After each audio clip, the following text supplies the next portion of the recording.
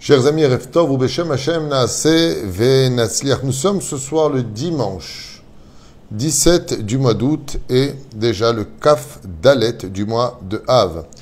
Shiur Bezrat Hashem qui nous est offert gracieusement ce soir par Elodie Messika pour l'élévation de l'âme de son grand-père Shimon ben Rachel avec une dédicace Roi Hashem Tenachenu Began Eden. Voici que cela fait 30 ans aujourd'hui que tu nous as quittés, mais il reste jusqu'à présent dans nos cœurs et on continue de penser à lui malgré le temps qui passe. De là où il est, il puisse prier Bezrat Hashem pour nous, ainsi que toutes ses petites filles, et qu'Hashem nous donne, Bezrat Hashem nous accorde ce don dont on a besoin. Je prie de tout mon cœur aussi pour la protection de tous les Juifs dans le monde entier, de la diaspora et d'Israël, là où ils se trouvent, ainsi que la protection de Kol Chayalenu et la libération de tous les otages en ayant une pensée pour toutes les personnes malades, blessées, chez l'âme Israël. Toda Rabba, Elodie Ayesigam Sika, Elodie Messika, Shashem Mevarech Otach, Beskut Animud Anifla, Shenechalek Beyachad Be'ezrat Hashem, pour l'élévation de l'âme de votre grand-père, qui malgré le temps reste gravé dans votre cœur, Simon ben Rachel Be'ezrat Hashem. On aura une pensée avec votre permission pour aussi ma maman qui a besoin de vos prières, Moratimi, Esther Bat Nousha, Marcel. Et on commence tout de suite avec ce shiur qui, à mon avis, parlera à tous les cœurs puisque ce shiur s'appelle « Je t'aime, Hachem ». Et pourquoi vous allez comprendre même à la limite pourquoi je parlais de ce cours qui s'appelle « Je t'aime, Hachem », qui paraît être un cours un petit peu bizarre. « Je t'aime, Hachem », oui. C'est une mitzvah tassée de la Torah d'aimer Dieu. Nous avons le devoir d'aimer Dieu. On a fait plusieurs cours sur ce sujet-là. Mais là, je vous ai, Bezrat Hashem, compilé quelques histoires à partager avec vous pour le meilleur de nos oreilles et pour réveiller notre cœur, Anil et Dodi Vedodili, puisque nous sommes déjà ce soir le 24 du mois de Av, dans 6 jours, c'est Rosh Chodesh Elul. Et là, on rentre dans une histoire d'amour incommensurable où Akadosh Baruch Hu accepte volontiers l'idée de nous pardonner une année de faute entière que par amour. El Melech Yoshev al Kisei Rachamim, parce que quand on aime, on a de la pitié en soi, on aime, alors on oublie les erreurs, on aime, on regarde l'avenir ensemble. L'amour est un médicament qui est capable d'être une réponse à bien des douleurs dans notre cœur, même si de l'autre côté, aimer signifie aussi être capable de donner son cœur dans les mains de l'autre, quitte à ce qu'il nous le froisse, parce que dans toute chose qui a de la valeur, il y a toujours des risques. Aimer, c'est dangereux. D'ailleurs, vous le savez tous, comme on l'a souvent enseigné, on ne peut souffrir que des gens que l'on aime, et on ne peut regretter que des gens qu'on a dans le cœur. Alors on commence tout de suite ce shiur avec cette mitzvah d'aimer, parce que je me suis laissé inspirer, moi qui suis aussi un petit peu en vacances avec ma famille, Bezrat Hashem et mes petits-enfants, que Dieu les protège et les fasse grandir sur le chemin de la Torah des mitzvot. Eh bien, je me rends compte que les gens sont en couple, que les enfants sont gâtés par les parents, du mieux qu'ils puissent, parce que ce n'est pas évident. Pas tout le monde part en vacances. Mais au moins, si on a le bonheur de partir ne serait-ce qu'une journée, 2 journées ou 3 journées, alors c'est pour y vivre des souvenirs empreints d'amour et d'attention les uns pour les autres. Valken, j'aimerais vous raconter cette situation où très souvent, malheureusement, les gens, au lieu de s'aimer, eh bien, vont se disputer. Cette première histoire, qui est plutôt marrante, vient éveiller quelque chose qui nous concerne tous, surtout au niveau des couples, ou pour un oui ou pour un non, pour une question de bras de fer, pour un objet qu'il fallait simplement déplacer. Cela peut prendre des proportions où malheureusement notre amour se retrouve gâché. Vous connaissez tous l'histoire de Shalom et de Israël. C'était 2 garçons, un qui s'appelait Shalom, l'autre qui s'appelait Israël, et qui étudiait à la Yeshiva. Et puis voilà que ils ont décidé, après avoir étudié 12 heures d'affilée, d'aller faire un peu de sport. Et pour se rendre sur une cour qui pouvait leur permettre de jouer au volleyball ou au football, il y avait une chloulite d'eau assez importante. Il y avait une grande flaque d'eau assez importante, comme je vous le disais. Et ils se sont regardés et ils ont dit, c'est bête, pourquoi on va se mouiller tous les deux les pieds, que un porte l'autre. Alors Shalom lui a dit, très bien, alors porte-moi. Et Israël lui a dit, pourquoi est-ce que je devrais te porter, Shalom? Et pourquoi toi tu ne me porterais pas? Il lui dit, parce que dans la Torah, on dit Shalom ad Israël, Shalom, il monte sur Israël. Et Israël a réfléchi et il lui a dit, Bémet, tu as raison, mon ami, monte sur moi. Et voilà que Israël se retrouve avec Shalom sur le dos, Shalom ad Israël, Shalom monte sur Israël.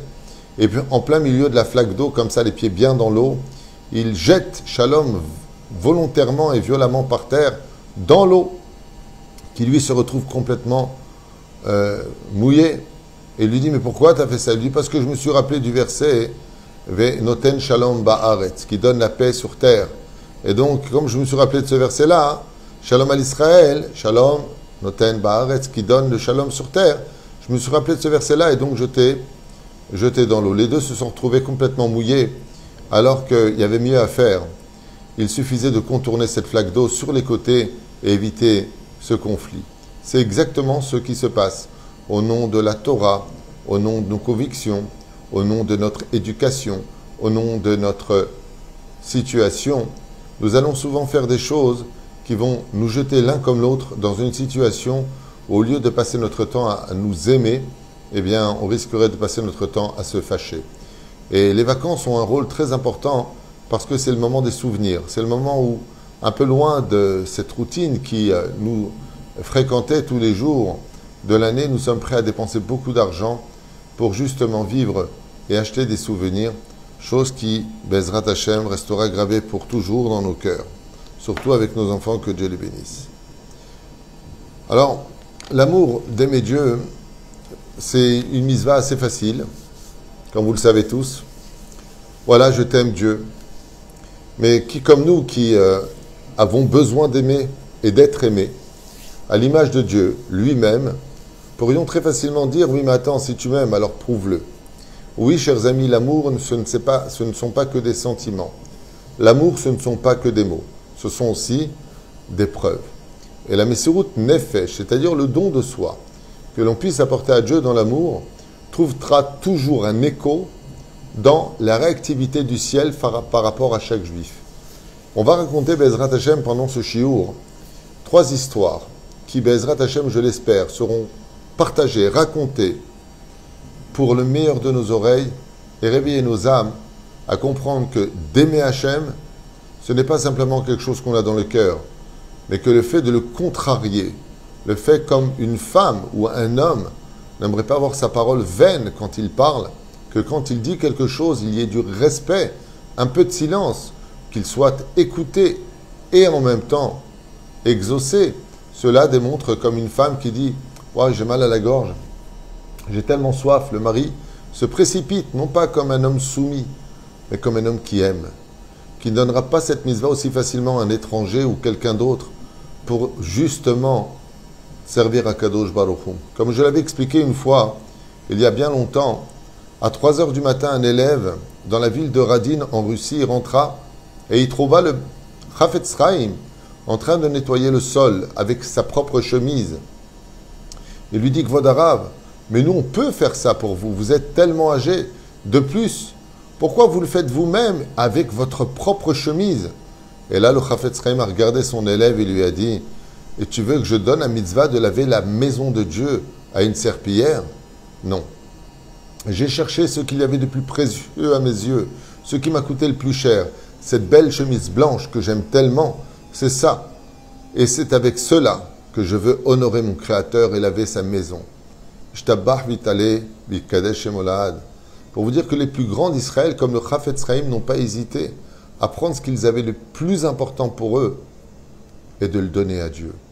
Aimer Dieu ne suffit pas de le dire. Ve'ahavta et Hashem Elokecha. Il faut le lui prouver là face où, à nos passions, nos envies, nos ambitions, on est prêt à s'annuler en disant « Oui, mais je sais que ça ne plaît pas à Dieu. Je pourrais y aller, mais je préfère ne pas y aller. Pourquoi? Parce que je sais que ça ne plaît pas à Dieu. » Cette première histoire se passe il y a bien des dizaines d'années.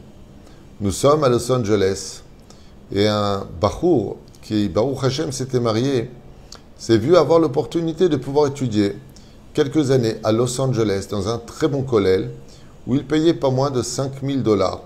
Et comme il avait, Baruch Hashem, un très haut niveau de Torah et un amour pour Dieu incommensurable, sur la demande de son Rav pour faire teshuva aux gens, il partit en mission pour arriver dans ce kollel de Los Angeles.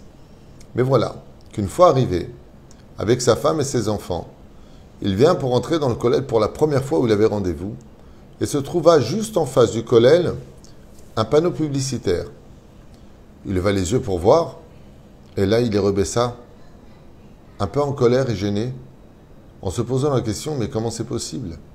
Un panneau publicitaire où deux femmes totalement dénudées, avec le minimum d'habits, faisaient une pub pour des yaourts ou je ne sais plus exactement quelle nourriture, et juste en face du kollel. Et ce jeune homme, empreint d'amour pour Dieu, n'hésita pas à prendre le téléphone, car il se dit, mais comment on peut venir étudier tous les jours? C'est pas là pour un jour ou deux, c'est là pour au moins plusieurs mois. C'est une publicité qui est fortement payée. Et il n'accepta pas les choses. Il allait voir le Rosh Yeshiva. Il est parti voir le Rosh Kollel et il lui a dit, vous avez vu en face? Le Rosh Kollel lui a dit, c'est avec toi que j'ai rendez-vous. Il lui dit, oui, mais vous avez vu en face? Comment on peut étudier la Torah dans la sainteté et avoir des femmes dénudées dès qu'on sort du Kollel? Ce n'est pas bon pour les yeux d'un juif. Car, vous savez, à l'image d'une vitre, plus elle est sale et moins on voit au travers. Plus on regarde les interdits de la Torah et moins on comprendra la Torah. Il faut faire quelque chose. Et le Rosh Kollel lui a dit, qu'est-ce que tu peux faire? Qu'est-ce que tu peux faire? Ça coûte tellement d'argent. On sort, on enlève nos lunettes, on ne regarde pas et on passe notre chemin. Mais lui, cet élève, avait un amour pour Dieu débordant. Sur le côté de la pancarte de publicité, il y avait le numéro de téléphone de la société. Il sortit son portable et puis téléphona. Il demanda qu'on enlève gentiment cette publicité pour la remplacer pour une autre publicité, expliquant qu'ils étaient des gens religieux et que leur religion leur interdisait de regarder des femmes dénudées, qu'ils étudiaient la Torah et que la Torah était véridique. Un peu dans une simplicité d'esprit, il expliqua les choses qui firent plutôt rire le directeur de la société de publicité, qui lui dit, écoutez, moi je vous propose quelque chose. Je vous rappelle dans quelques instants. Mais réfléchissez bien à ce que je vais vous proposer. Je vais appeler maintenant ceux qui ont fait cette publicité pour leur Danone, pour je ne sais pas quel exactement produit. Je vais les déplacer ailleurs, dans un endroit où il y a plus de monde. Mais moi, mon panneau, il ne doit pas rester vide. Ça coûte $1000 par jour. Ce panneau vient d'être placé ce matin de bonne heure, pour 3 mois, soit 90 jours. Est-ce que vous seriez prêt à donner, puisque vous aimez tellement votre Dieu, tellement votre Torah? Est-ce que vous seriez prêt à payer $90 000, soit l'équivalent de 30 plus 30 plus 30, soit 3 mois, pour qu'on puisse retirer cette publicité pour ne pas que je perde de l'argent? Et là, le jeune homme réfléchit un tout petit peu et il se dit, ben voilà, je viens de m'installer à Los Angeles, j'ai acheté une voiture à $100 000. J'ai mis toutes mes économies dans les meubles, je vendrai tout ce qu'il faut, je suis prêt à payer les $90 000. Il lui dit, tu es prêt à tout vendre pour enlever une publicité de 2 femmes dénudées parce que ça dérange les yeux de ceux qui étudient la Torah? Il lui a dit, par amour pour Dieu, je suis prêt à donner ma vie. Très choqué, il lui dit, très bien, alors essayez d'agir en conséquence. Il est retourné chez le concessionnaire et a revendu sa voiture. Puis encore 2-3 meubles pour pouvoir compléter les $90 000. Ainsi donc éviter à tous les bachouri et shivot, toutes ces personnes qui étudiaient dans le kollel, de se heurter à des images incestueuses. Et ainsi fut fait. La publicité de 2 femmes fut placée dans un quartier très éloigné, mais il y avait plus de monde. Et en face du kollel, l'agent de publicité lui dit, bon, maintenant que vous avez ce panneau pour 90 jours, qu'est-ce que vous voulez y mettre? Il dit, je ne sais pas, laissez-moi réfléchir. Il lui dit, je suis désolé, on ne peut pas laisser ce lieu-là vide, parce que tout le monde va nous appeler, il faut trouver une idée. Il lui dit, ben écoutez, c'est pas compliqué. Puisque j'ai payé $1000 par jour et que je n'ai plus rien aujourd'hui, je me suis vidé les poches. Vous mettez 90 pour le premier jour, demain vous mettrez 89, 88, 87, 86, 85. Chaque jour, vous viendrez mettre un panneau avec le compte à rebours des 90 jours. Et ainsi fut fait. Le directeur étant mort de rire. Quel fou! Dépenser 90 000 dollars quand on n'a pas d'argent, se retrouver sans voiture. Tout ça pourquoi? Pour des convictions religieuses, parce que tu aimes Dieu. Mais quelle débilité! Et voilà que les gens voient une publicité à laquelle personne ne s'attendait. 90 jours. Le lendemain, ils trouvent 89 jours, 88 jours, 76 jours, 60 jours, 50 jours, 40 jours. Toute la ville s'est mise à parler en disant « Mais qu'est-ce qu'ils vont nous annoncer sur ce panneau publicitaire ?» Arrivé au 9e jour, tout le monde est devant ce panneau et ils appellent le directeur des relations publicitaires et ils leur demandent « Mais c'est quoi? C'est quoi? C'est quoi? Qu'est-ce qui va se passer quand on arrivera au zéro ?» Et il a répondu « Je ne sais pas, mais ce que je sais, c'est que c'est quelqu'un de très spécial, d'assez exceptionnel, qui a fait cette pub. » Ah oui, trouver quelqu'un qui est prêt à se ruiner pour ne pas qu'on voit des femmes dénudées en face d'un kollel où on étudie la Torah, il faut être une âme assez spéciale.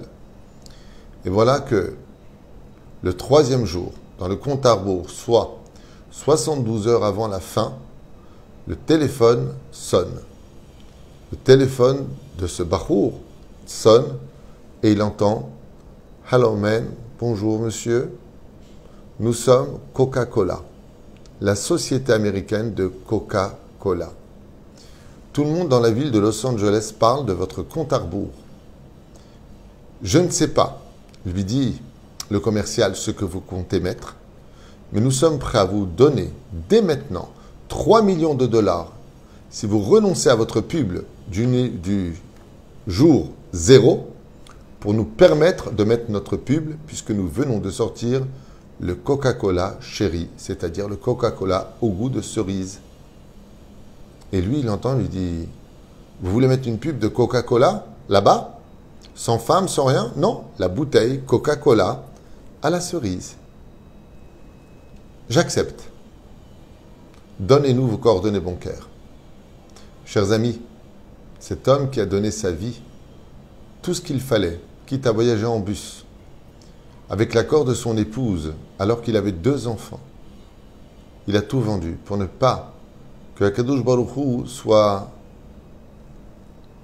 dans une situation compliquée vis-à-vis de celui qui étudie la Torah, qu'il ait des yeux purs, se retrouver le même après-midi avec un virement, le lendemain, pardon, soit au 2e jour avant la fin, avec un virement de 3 millions de dollars. Effectivement, au jour J, dernier jour, boum, la pub apparaît, Coca-Cola. Tout le monde a applaudi. C'était le nouveau goût de Coca-Cola qui était sorti. Et cet homme-là a pris juste un chèque de 3 millions de dollars. Celui qui aime Hachem vraiment. L'amour, c'est un boomerang. C'est-à-dire que quand on aime quelqu'un, on finit par créer de l'amour chez lui pour nous. Quand on s'investit pour lui, il le ressent pour nous. Alors il ne va peut-être pas le rendre au même niveau, parce qu'il n'en aura pas les moyens. Mais Dieu, lui, reste illimité. Ce même monsieur qui avait juste investi 90 000 dollars s'est retrouvé avant la fin des 3 mois avec 3 millions de dollars, avec lequel il s'est acheté une très belle voiture en apprenant que sa femme, grâce à son amour pour Dieu et l'amour qu'il avait pour sa famille, lui annonça encore la naissance d'un 3e fils, Baruch Hashem. Kachaya Matzav, Shtabach Vitalish Molad, la Mesirut Nefesh. On raconte une 2e histoire. Un jour, un couple se maria à l'époque du Rav Kanievski, Zecher Tzadik Vekadosh Tibracha. Il voulait absolument rester à Bnei Brak, mais les appartements étaient immensément chers. Et ce couple-là n'avait réussi à économiser avec les enveloppes du mariage et l'aide familiale que 100 000 shekels. Juste 100 000 shekels. Alors ils sont partis voir leur Rav. Il leur a dit, avec 100 000 shekels, vous n'avez aucune chance d'acheter un appartement. C'est minimum 2 millions, 3 millions de shekels, 1,8 million, un petit appartement à 1,5 million, mais 100 000 shekels, vous n'avez rien pour acheter. Ils sont partis voir le Rav Kanievski et ils lui ont demandé une bracha pour trouver un appartement pour 100 000 shekels. Et le Rav Kanievski leur dit, vous voulez un grand appartement ou un petit appartement? Ils ont dit, nous on voudrait un 5 pièces parce qu'on voudrait accueillir du monde le Shabbat et on voudrait en même temps qu'ils puissent dormir à la maison et recevoir nos familles. Et il leur a dit, le Rav Kanievski, 100 000 shekels, un appartement 5 pièces qui vaut dans les 3-4 millions, très bien, mais dans quel but? Ils leur ont dit parce qu'on veut rester, un, près de la Torah, à Bnei Brak où ça respire la Torah, deux, parce que nous voulons être près du tzaddik. Waouh! Le Rav Kanievski leur a dit, très bien, la première affaire que vous ferez, acceptez de payer 100 000 shekels. Et voilà que 3 ou 4 jours plus tard, une occasion s'offre à eux en disant, le métavers, c'est-à-dire celui qui avait l'habitude de louer les appartements, leur dit à ce moment-là, vous savez, j'ai peut-être quelque chose à vous proposer, venez voir. Ils visitent un appartement, et là, ils sont assez choqués parce que c'est exactement l'appartement de leur rêve. La cuisine, l'entrée, le salon et la salle à manger, la mirpeset souka, 4 chambres à coucher. Le couple est émerveillé. On demande le prix et on leur dit 3,5 millions de shekels, c'est ce qu'il vaudrait. Mais le propriétaire, tout vieux, n'est pas intéressé à vendre. Il est seul. Il n'a pas d'héritier. Sa femme était stérile et elle est décédée. Ce qu'il demande, c'est que celui qui veut cet appartement paye ce qu'il a, mais doit s'occuper de lui jour et nuit, le nourrir, le changer et ainsi de suite. Donc il lui faut une femme pour cuisiner et un homme pour le laver, pour l'emmener, pour le lever. Ils vont voir cette personne âgée et ils lui proposent 100 000 shekels. Et le vieux les regarde comme ça en disant 100 000 shekels, j'accepte. Je prends vos 100 000 shekels. Et ils ont signé le contrat devant les avocats que le jour de la mort de cette personne âgée, cet appartement leur reviendra de droit. De toute façon, il n'y a pas d'autre héritier. Et voilà que la première nuit, il sonne de la cloche. Et là, la vraie se lève, le mari se lève. Il va le voir, il a vomi sur lui. Il faut le changer maintenant, il faut le laver. La femme se lève à 3-4 heures du matin. Il faut laver les draps qui sentent fort et mauvais. Deuxième, troisième, quatrième jour. Insupportable. Où êtes-vous? J'ai besoin de vous. Je veux manger telle et telle soupe. Je n'ai pas aimé. Ce n'est pas assez salé. Ce n'est pas ceci et cela. Alors, la femme a dit à son mari, c'est plus vivable. Depuis une semaine, on vient d'aménager ici, nous n'avons plus de vie. À ce moment-là, il lui a dit, combien tu aimes la Torah, ma femme? Elle lui a dit, je l'aime de toute mon âme. Et il lui a dit, pour l'instant, il n'y a que ton corps qui paye. Tu n'es pas arrivé à ton âme. Elle s'est mise à pleurer, pensant que ça devenait de plus en plus difficile et que les exigences de cette personne âgée commençaient à envahir leur vie privée. Et voilà, que le lendemain matin, ils ont enfin pu dormir. Et à leur grande surprise, quand ils ont vu qu'ils n'avaient pas appelé une seule fois, ils sont rentrés dans la chambre et l'ont trouvé sans vie. Il avait quitté ce monde heureux d'avoir trouvé une petite famille.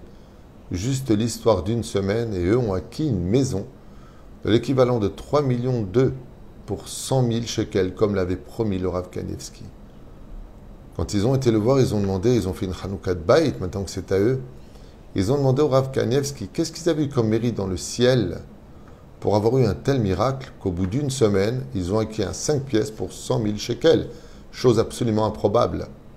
Et le Rav Kanievski leur a répondu, votre amour pour Dieu et votre amour pour la Torah. Quand on aime vraiment Hachem, on ne ressort jamais perdant des concessions et des donations que l'on puisse faire pour lui, ne serait-ce qu'un court instant. Et la troisième histoire, la plus connue de toutes, qui est dans le Talmud de Masechet Shabbat, Kuf Yutet, n'est autre que celle de Yosef Mokir Shabbat, que tout le monde connaît. Ce fameux pauvre qui vivait à Jérusalem et qui s'est vu devenir héritier d'une énorme fortune, de cet homme impie qui, voulant provoquer Dieu, avait décidé de vendre tous ses biens parce qu'on lui avait annoncé dans un songe qu'il perdrait toute sa fortune et il a tout vendu pour en faire qu'une pierre précieuse. Il l'avait mis dans son chapeau, nous dit la Gemara, et le vent l'a envolé. au-dessus de tout horizon pour l'emmener en plein océan, alors qu'il passait sur le pont avec le sourire narquois en disant « Même Dieu ne pourra jamais me voler ma fortune ». Un poisson énorme l'avala, qui fut pêché un tout petit peu plus tard. Et Yosef Mokir Shabbat, Alav Shalom, qui avait déjà acheté son poisson, comme l'explique dans son livre Ben Yoyada, le Ben Ishraï Kadosh, entendit qui veut acheter encore un dernier poisson en l'honneur de Shabbat. Il a entendu en l'honneur de Shabbat, lui qui était si pauvre et qui avait déjà acheté du poisson en l'honneur de Shabbat, quand il a entendu qui veut acheter un poisson en l'honneur du Shabbat, n'hésita pas à l'acheter. Il alla voir toutes ses économies, puis sortit son argent et demanda combien vaut ce poisson, car il avait été vendu en fin d'après-midi, non loin de l'heure de l'entrée du Shabbat. Il s'empressa de l'ouvrir pour le sceller et le garder, pour le saler et le garder éventuellement pour un autre repas de Shabbat ou le Shabbat prochain. Mais voilà qu'en l'ouvrant, ce poisson avait avalé le chapeau avait été digéré, et ce qu'il en resta dans son estomac n'est autre que cet énorme diamant de l'équivalent de plusieurs millions à cette époque de dinars et de pièces d'or qu'il avait transformé en cette pièce. Pourquoi, nous dit le Ben Ishraï, alors qu'on sait tous très bien que le salaire de chacune de nos mitzvot nous est réservé pour le monde futur, on ne les prend pas dans ce monde. Yosef Mokir Shabbat aimait tellement Hachem que tout ce qu'il achetait, il disait toujours c'est pour toi Hachem, c'est en l'honneur du Shabbat. Et il est devenu riche. Tout celui qui apprend à aimer Hachem, là où même il pourrait trouver des solutions en disant bon, Alpi Alacha, on peut. Tout ce qui déplaît à Hachem me déplaît. Tout ce que aime Hachem, je l'aime. Là où il veut être, c'est ce que je veux. Et ce qu'il désire, en est ma propre volonté. Je t'aime Hachem. On ne sort jamais perdant. Lui qui nous aime d'un amour infini est capable de nous pardonner juste si on lui chante notre amour pendant les slichot, pendant le mois d'Elul. Kol Tuv, Erev Tov et Leitraot.